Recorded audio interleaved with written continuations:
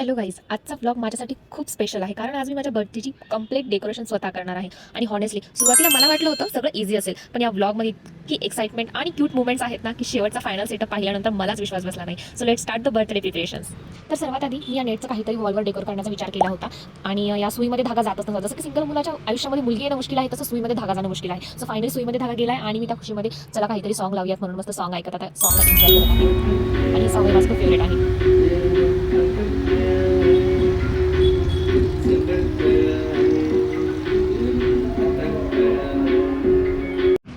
Finally मी त्या नेटला काहीतरी एक लुक देण्याचा ट्राय केला आहे. सुईमध्ये सर्व ते ओवून घेतलंय आणि वॉलवर डेकोर करण्याचा विचार केला आणि मी त्याला टेपलाही लावले पण. आणि या सगळ्यामध्ये 10 वेळा टेप पडली, पण डेडिकेशन बघा माझं. संजना आहे, हारतुरी बनणार आहे मी. तर सगळ्यात आधी मी बलून्स इन्फ्लेट करायला स्टार्ट केलं आणि इथून सुरू झाली माझी ॲक्च्युअल बर्थडे प्रिपरेशन. पिंटरेस्टवर सगळं एस्थेटिक दिसतं, पण ॲक्च्युअलमध्ये बर्थडे डेकोर करताना काय हालत होते ना ते आजच्या व्लॉगमध्ये तुम्हाला दिसणार आहे सिरियसली.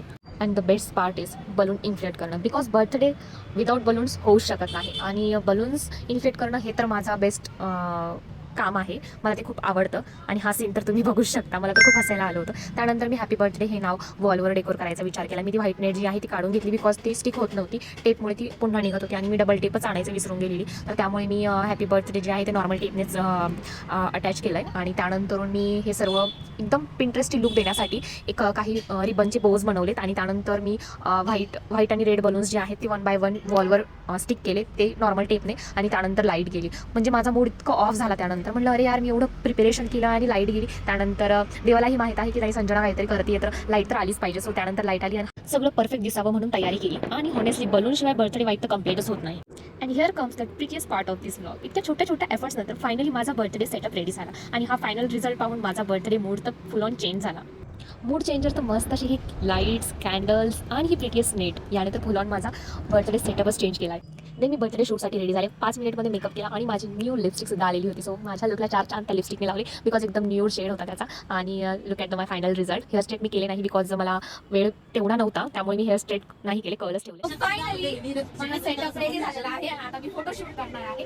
हे सर्व मी स्वतः डेकोर केलेलं आहे. याचा तर मी ब्लॉग काढला, पण तुम्हाला माहिती आहे त्यानंतर लाईट गेली होती, त्यामुळे मी नंतर हे लाईट गेल्यानंतर सर्व सेटअप रेडी केलं. आता लाईट आलेली आहे. तर ही आहे माझी रिंग लाईट. रिंग लाईट लागली होती त्याचा फोकस, बाकी सर्व लाईट बंद केले. ही लाईट आहे जी की मी ती ऑन करते. 1 मिनिट बघा. सो असा सेटअप आहे. हे मी नंतर कॅन्डल्स लावत तेव्हा ते छान वाटतं. आता मी नंबरची कॅन्डल इथे लावणार आणि मस्त माझा बर्थडे सेलिब्रेट करणार. सो हा होता आजचा माझा मिनी ब्लॉग. कसा वाटला नक्की सांगा. आणि मी बर्थडेची क्लिप सुद्धा ॲड. सो फायनली सर्व रेडी झालं. त्यानंतर मी पाणी पिलं, बिकॉज मी जेव्हापासून डेकोरेशन करते तेव्हापासून मी पाणीच पिलेलं नव्हतं. आणि त्यानंतर बर्थडे केक कट केला, थोडेफार फोटोज वगैरे काढले. And now enjoy the cinematic birthday moment. So cinematic reel नक्की बघा. Thanks for the watching. Bye. Come stand by my side. Come and be my guiding light. Oh, I'll be what you want me to be. I'll give all my love in full of my life. Sonia, oh Sonia, तुम्हें देखता हूँ तो सोचता हूँ बस यही, तुम जो